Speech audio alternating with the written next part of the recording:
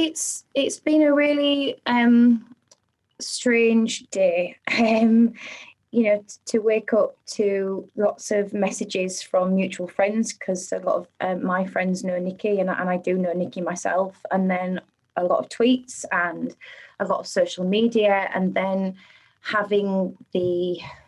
you feel like you have the duty, because of the voice that I've had with eating disorder advocacy, and because I am manager of SEED, eating disorder support service, and because I've lived it, I've been there, I've done it, and without trivializing, I bought the t-shirt.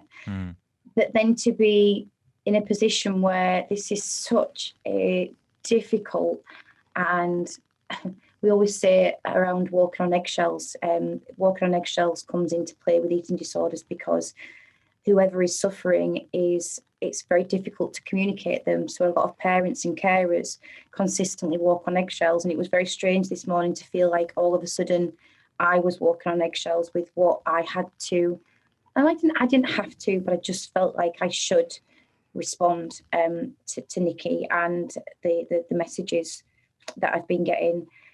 It's heartbreaking. It doesn't feel good. I can imagine, sadly, because we've been through it, what her friends and family are going through and how Nikki's feeling.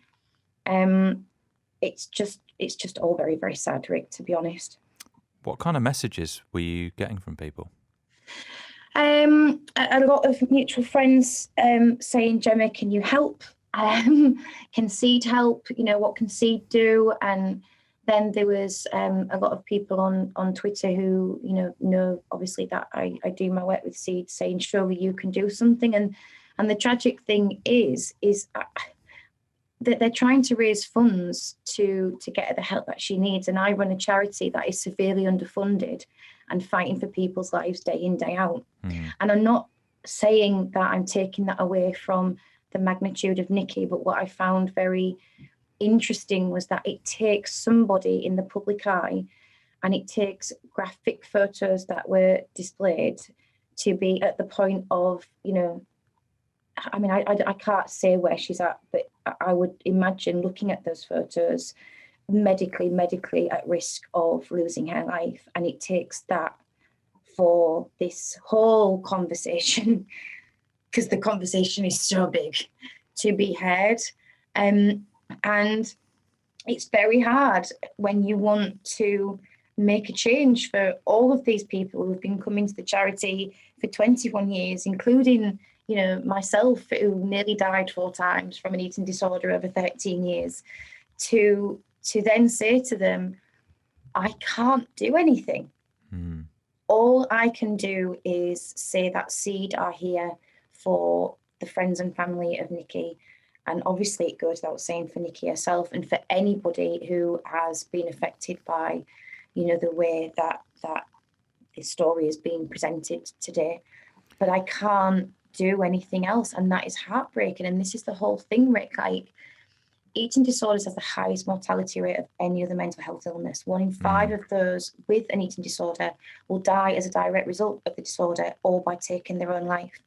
And we are still no further on than from 26 years when my mum and dad were scrambling and knocking on John Prescott's door for funding. And now it's come to GoFundMe on Twitter. It's just like, for me, it's shocking, like, I know we're in the day and age that we are, and I know times are hard, but I feel like I'm banging my head against a brick wall. Like, waiting for the weight to change isn't going to change what is already there. We can all point the finger of blame, but that doesn't help. What I do believe, though, is that if we could bring together collectively the public sector, the private sector, the voluntary sector, we'd be getting somewhere much quicker. Because at the moment, I don't know where this injection of cash for mental health has gone, because it certainly ain't going to eating disorders. And yet, if somebody was schizophrenic, or somebody was, God forbid, had a terminal illness, they would be getting that support right there and then. They wouldn't be waiting for that person to be, about to take their own life, or about to be encompassed by whatever awful illness that they had physically. Have you seen any progress in that 26 years? Yes, of course. absolutely, because we're having a conversation. That's progress. I've also seen progress in the fact that CCGs, which is clinical commissioning groups, are coming to us. However, they sadly are not getting a lot of money, severely underfunded, and don't actually know the ins and outs of the warning signs of an eating disorder, what it feels like, speaking to real people, lived experience. And then they come to us, a charity, a whole-based charity that has a national outreach, but asking us to train GPs, asking us to provide services, and then they offer us no money to do it. Like, we are, I don't understand, how does that work? You know, like, so yes, there are changes that people are coming to us and people are having the discussion, but there's still You need such money. a long way to go. Yeah, it's resource. It's down to resource consistently. And that's where the sad part about this, you look at the money that's been raised on this GoFundMe and it's, you know, it's amazing. It's amazing.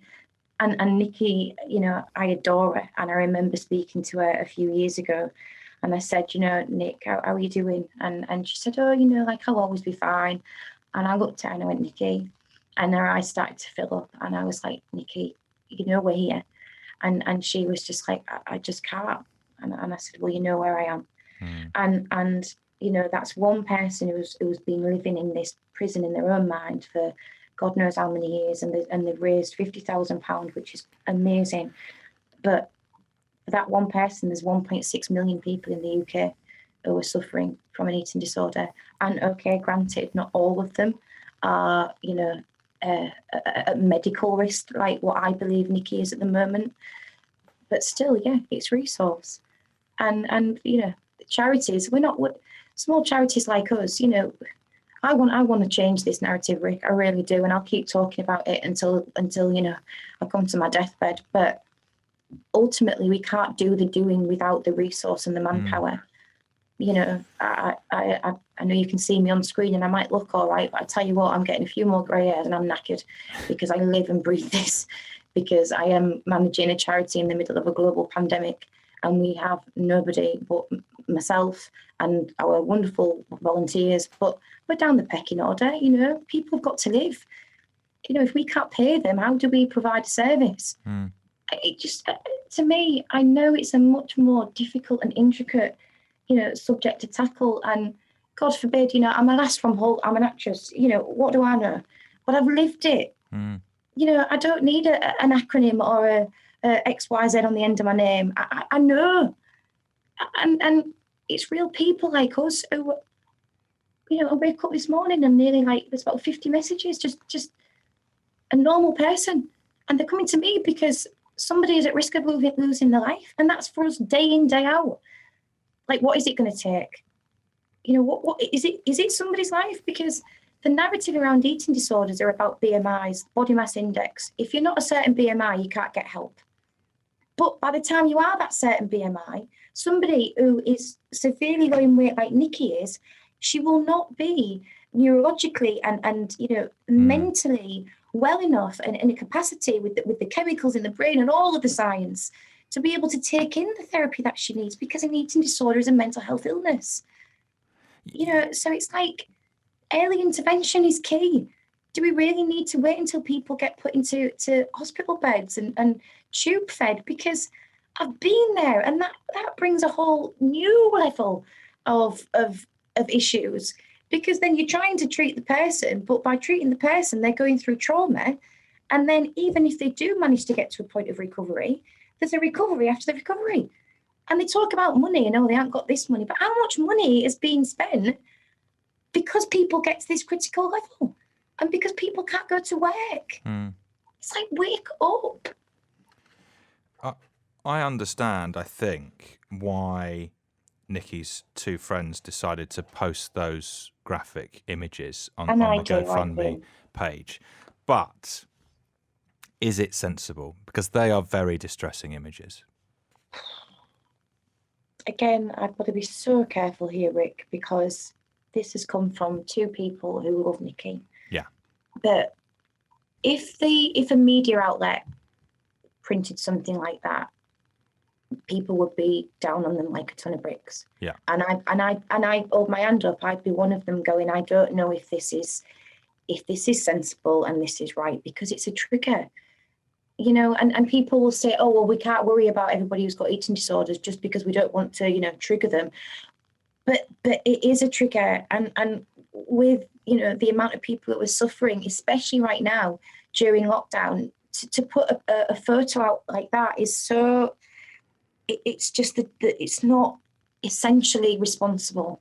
But then why would they think like that? You know, because many people don't understand eating disorders. So I get it, but I also feel very uncomfortable with it, because what we're trying to do, many of us who understand and have lived eating disorders and treat and help people every single day, is we're trying to move away from the sensationalism of the anorexic image, because there's only, like, within eating disorders, 10% of those suffering are anorexic.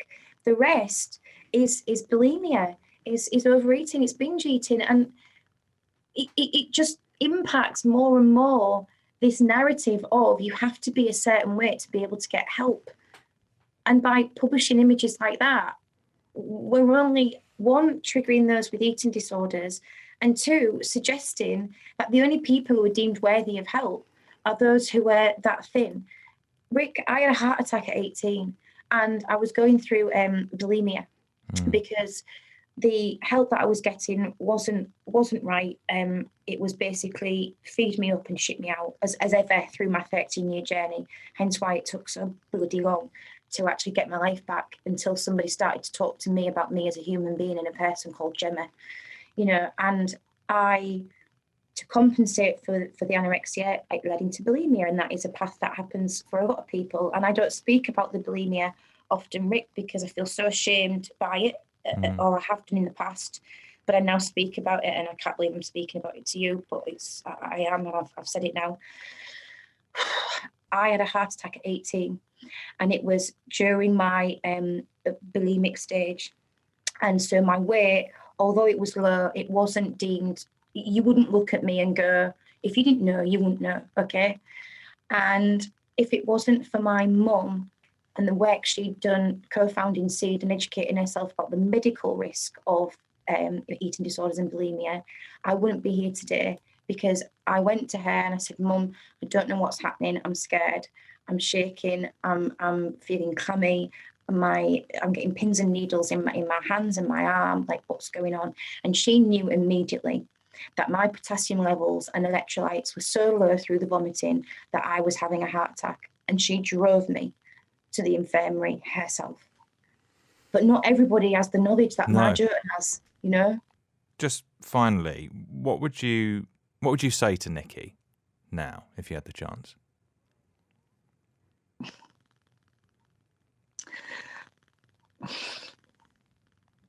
I read the GoFundMe thing, and you know, friends are saying that she desperately wants to get better but feels like she can't.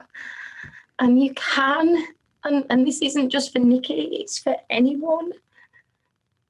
Like, you can, recovery is possible. Like, it is possible. And no life is worth giving it up to the eating disorder, because the eating disorder gives you nothing. It takes away everything. And if there's one thing in all of this, she is loved, you know. And sometimes people with eating disorders feel like they are not worthy, and they are not worthy of help and support and love. Please, please see this as she is loved. People care and love her. I have met her, you know, maybe five or six times, and we've always connected because she knew that I knew, and I knew that she knew, you know, and there was always that level of love and understanding. And I would just say, obviously, it goes without saying, I'm here, but I wouldn't expect her to want to reach out. She's going through trauma at the moment. She's got a family, and she's getting help. But I think she needs to know that she is loved. She is worthy. She is worth fighting for. And this isn't worth it. she can do it.